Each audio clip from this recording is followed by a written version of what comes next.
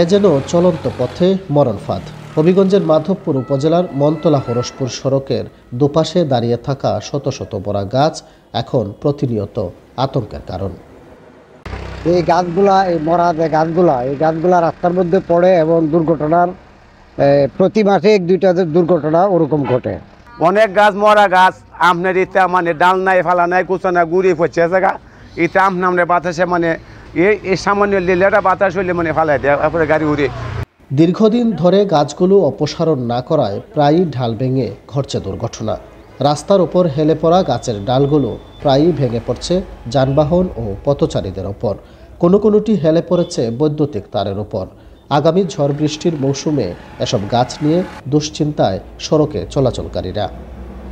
গাছটা আমরা গাড়ি চালাইতেছি, হঠাৎ করে যদি মনে করেন পানি টানি আইয়ে বৃষ্টি বাদল আইয়ে, তারপরে তুফান আইয়ে আইলে, ঝড় বৃষ্টি আইলে গাছ আইলে পরে হঠাৎ করে গাড়ির উপরে এলো গা। এই গাছগুলা দিয়ে বহু লোক আহত হয়েছে এবং রাস্তার মধ্যে পড়লে রাস্তা খাইতে এই যে গুড়ি বলতে নাই একটা গাছেরও। স্থানীয়দের অভিযোগ, কয়েক বছর ধরে সামাজিক বনায়নের এসব গাছ মরে গেলেও কাটার উদ্যোগ নেয়নি এলজিইডি বা বন বিভাগ। তাদের দাবি, গাছগুলো অপসারণের উদ্যোগ নিলে কমবে ঝুঁকি, রাজস্ব পাবে সরকার। হঠাৎ করে রাস্তার মধ্যে ভেঙে পড়তে দেখি, আর মূলত গাছগুলো মরার কারণ হচ্ছে বয়স। এই বিক্রি করা দরকার ছিল, এতে রাষ্ট্রের যেমন উপকার হতো, এলাকার মানুষেরও উপকার হতো।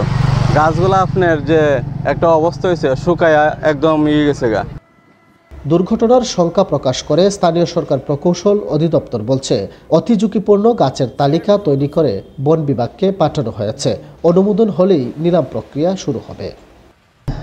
সুরমা থেকে যে রাস্তাটি গিয়েছে মনতলা হয়ে চৌমুহনী পর্যন্ত, এই রাস্তাটি আমাদের উপজেলার একটি খুবই গুরুত্বপূর্ণ একটি রাস্তা। এই রাস্তা দিয়ে 2 থেকে 3টি ইউনিয়নের জনগণের চলাচল হয় এবং বেশ ব্যাপক যানবাহনের চলাচল আছে রাস্তাটি দিয়ে। এই রাস্তাটির বিষয়ে আমরা সবসময় নজরে রেখেছি। আর এই রাস্তাটির একটি যে সমস্যার কথা বলেছেন, যে বেশ কিছু অংশে গাছ ঝুঁকিপূর্ণ অবস্থায় রয়েছে, অথবা কিছু অংশে গাছ হেলে পড়েছে অথবা মরে যাচ্ছে। তো এই বিষয়ে আমরা বন বিভাগের সাথে যোগাযোগ করেছি এবং বন বিভাগকে আমরা চিঠি দিয়েছি। চিঠির প্রেক্ষিতে বন বিভাগ আমাদেরকে কিছু প্রাক্কলন দিয়েছে গাছগুলি অপসারণের জন্য। ওই প্রাক্কলনের প্রেক্ষিতে আমরা উপজেলা নির্বাহী অফিসার মহোদয়ের নিকট নথি প্রেরণ করেছি এই গাছগুলি নিলামের প্রক্রিয়ার জন্য। উপজেলার 3টি ইউনিয়নের লক্ষাধিক মানুষের চলাচলের একমাত্র সড়ক এটি। পরিবেশের ভারসাম্য রক্ষায় মরা গাছগুলো অপসারণ করে নতুন গাছ লাগানোর দাবি পরিবেশবাদীদের।